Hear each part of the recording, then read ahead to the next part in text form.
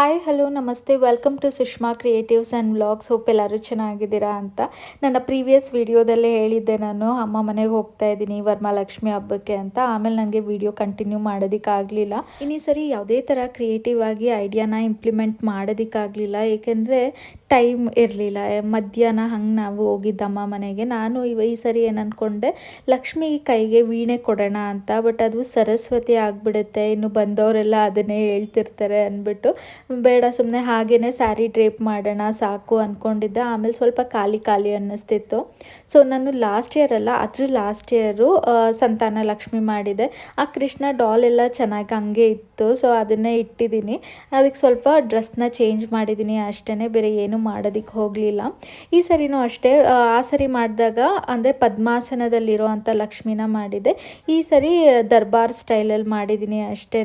ಇನ್ನು ರಾತ್ರಿನೇ ಎಲ್ಲ ನಾವು ಪೂಜೆಗೆಲ್ಲ ರೆಡಿ ಮಾಡಿ ಇಟ್ಟಿದ್ವಿ. ಬೆಳಗ್ಗೆ ಕಳಶ ಹೂಡಿ ಮಂಗಳಾರತಿ ಮಾಡಿ ಸ್ವಲ್ಪ ಪ್ಲೇಟ್ಸ್ ಎಲ್ಲ ಅರೇಂಜ್ ಮಾಡ್ಕೊಬೇಕಿತ್ತು ಮುಂದೆಗಡೆ. ಅದನ್ನೆಲ್ಲ ಮಾಡ್ಕೊಂಡು ಪೂಜೆ ಮಾಡೋ ಅಷ್ಟರಲ್ಲಿ ಲೇಟೇ ಆಯಿತು, ಅರೌಂಡ್ 9:30 ಹಂಗೆ. ಹೆಂಗೂ 10:30 ಮೇಲೆ ರಾವ್ಗೆಲ್ಲ ಸ್ಟಾರ್ಟ್ ಆಗ್ತಿದ್ದು. ಸೊ ಪೂಜೆನ ಮುಗಿಸ್ಕೊಂಡ್ವಿ ಅರೌಂಡ್ 9:30ಗೆ. ಇನ್ನು ನನಗೆ ಇವತ್ತು ಕೂಡ ವಿಡಿಯೋ ಅಷ್ಟಾಗಿ ತೊಗೊಳೋದಕ್ಕಾಗಲಿಲ್ಲ ಕ್ಲಿಪ್ಪಿಂಗ್ಸ್ನ.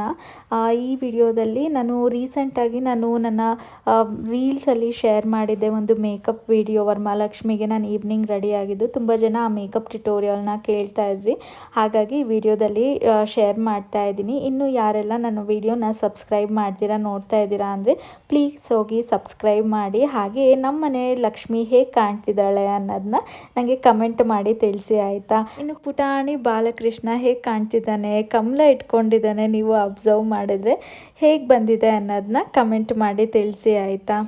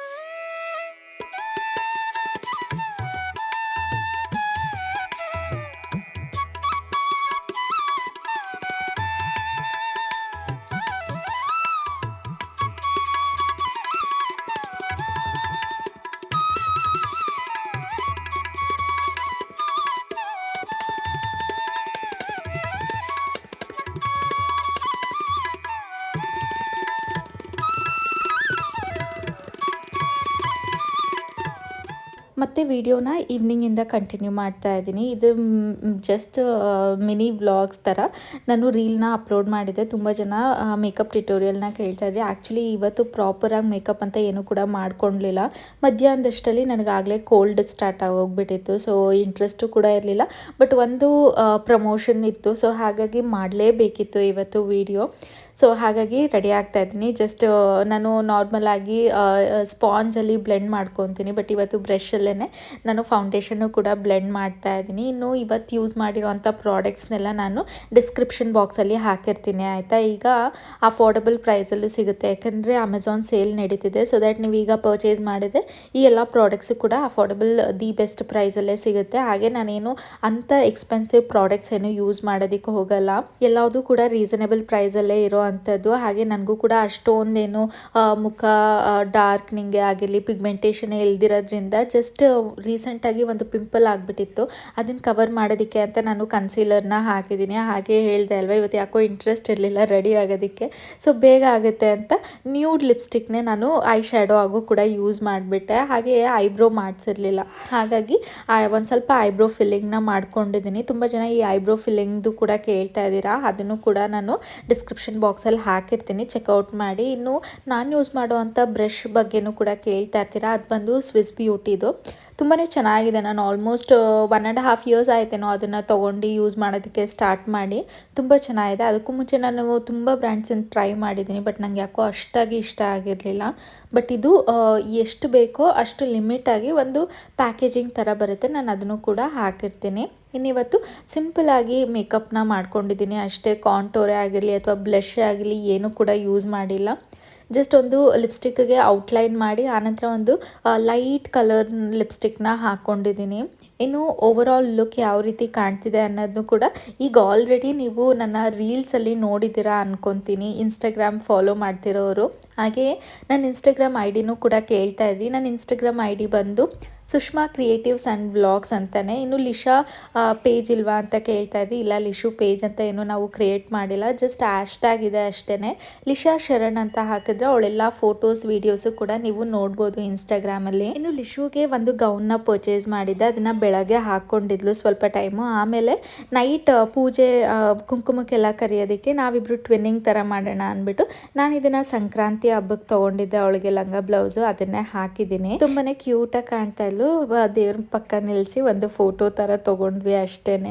ಇನ್ನು ಕ್ಲಿಪ್ಪಿಂಗ್ಸ್ ಜಾಸ್ತಿ ತೊಗೊಳೋದಕ್ಕಾಗಲಿಲ್ಲ ಹುಷಾರಿಲ್ದಿರೋದ್ರಿಂದ. ಸೊ ಈ ವಿಡಿಯೋನ ಇಲ್ಲೇ ಎಂಡ್ ಮಾಡ್ತೀನಿ. ಈ ವಿಡಿಯೋ ಇಷ್ಟ ಆಗಿದ್ರೆ ಪ್ಲೀಸ್ ಲೈಕ್ ಮಾಡಿ, ಶೇರ್ ಮಾಡಿ, ಸಬ್ಸ್ಕ್ರೈಬ್ ಮಾಡಿ. Thank you for watching.